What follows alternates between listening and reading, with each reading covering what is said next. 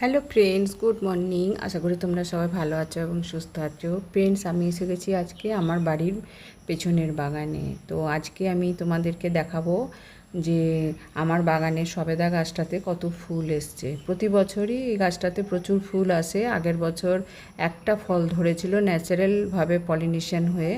তো এবছর ভাবছি আমি গাছটাতে যে ফুলগুলো আসছে, প্রতিদিন ফুটছে, সেই যেই ফুলগুলো ফুটবে চেষ্টা করব ম্যাক্সিমাম তাদেরকে হ্যান্ড পলিনেশন করে দেওয়ার। তো সবেদা গাছের একটা ফল ধরেছিল ন্যাচারালভাবে, আর সেই ফলটাকে আমি প্রতিদিনই চেক করতাম যে কতদিন পাকবে পাকবে করে হাত দিয়ে টিপে টিপে ওই করতে করতে গাছ থেকে ফলটা ঝরে পড়ে যায়, মানে ছিঁড়ে যায়।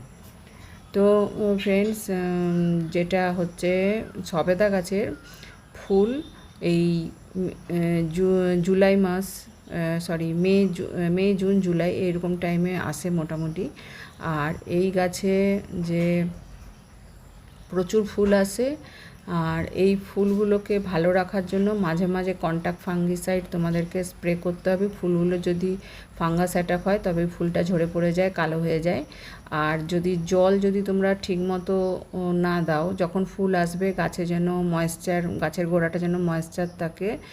যেহেতু আমার গাছটা মাটিতে বসানো আছে, তো আমার অতটা প্রবলেম হয় না। যদি টবে থাকে অবশ্যই টবের মাটিটাকে যাতে ড্রাই না হয়ে যায়, যে একটু ময়েশ্চার ভাব থাকে, সেইভাবে তোমরা জলটা দেবে। আবার ওভার ওয়াটারিং যেন না হয়, প্রচুর জলও যেন জমে না থাকে, তাহলে ফুলগুলো কিন্তু নষ্ট হয়ে যাবে। তো দুটো দিকটাই খেয়াল রাখতে হবে। আর যেটা হচ্ছে ফুল সানলাইটে রাখতে হবে। আর এই সময়টা মে জুন জুলাই এই মাসটাতে প্রচুর ফুল আসে এই সবেদা গাছে।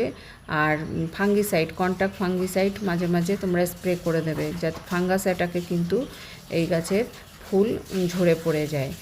আর ফ্রেন্ডস, তোমরা দেখতে পাচ্ছ স্ক্রিনে যে আমি হ্যান্ড পলিনেশন করার চেষ্টা করছি। তো এই গাছের ফুলগুলো প্রচণ্ড ছোট, যাতে মানে আর একই ফুলের মধ্যে পুংকেশর আর গর্ভকেশর থাকে। আর পুংকেশরটা ইনসাইডে ভেতরের দিকে থাকে, আর গর্ভকেশর বা গর্ভমুণ্ড যেটাকে বলা হয় সেইটা ফুলের থেকে একটুখানি বেরিয়ে থাকে বাইরের দিকে। তো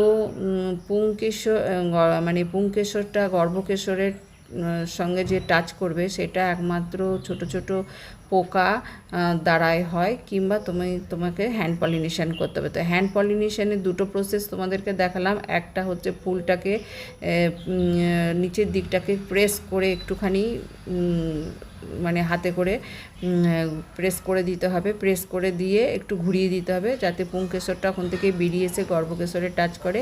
কিংবা এরকম ছোট্ট একটা সূক্ষ্ম তুলির সাহায্যে ফুলের ভেতরে প্রবেশ করিয়ে পুংকেশরটাকে নিয়ে সেখান থেকে নিয়ে এসে গর্ভকেশরে মানে গর্ভমুণ্ডতে টাচ করাতে হবে।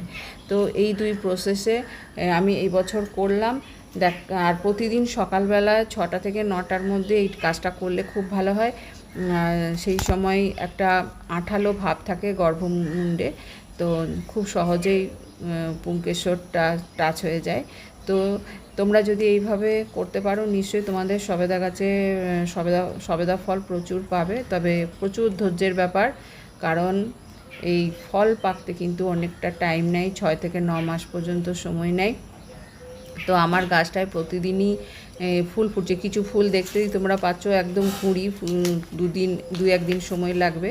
তো প্রতিদিন তোমাদেরকে এই সময়টা এই কাজটা করে যেতে হবে। যেই ফুলগুলো ফুটবার মতো হয়ে গেছে বা ফুটেছে, সেই ফুলগুলোতে এরকমভাবে হ্যান্ড পলিনেশন কন্টিনিউ তোমাদেরকে এই সময়টা করে যেতে হবে। আর মাঝে মাঝে তোমরা কন্টাক্ট ফাঙ্গিসাইড স্প্রে করবে।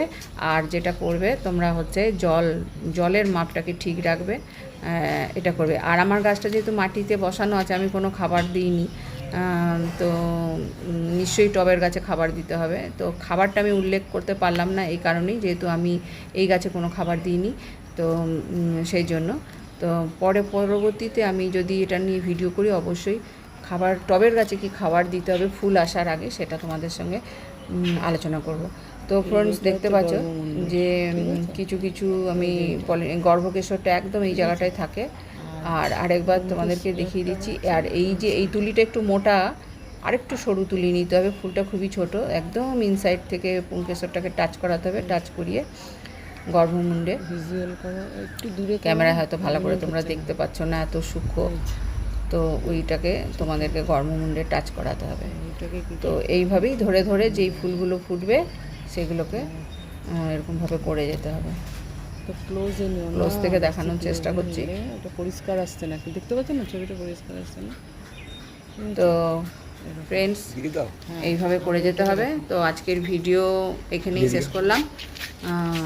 তোমরা আমি তোমরা তখন সবাই দেখতে ভালো পাচ্ছি থেকো না, এবং এটা সুস্থ হলে থেকো।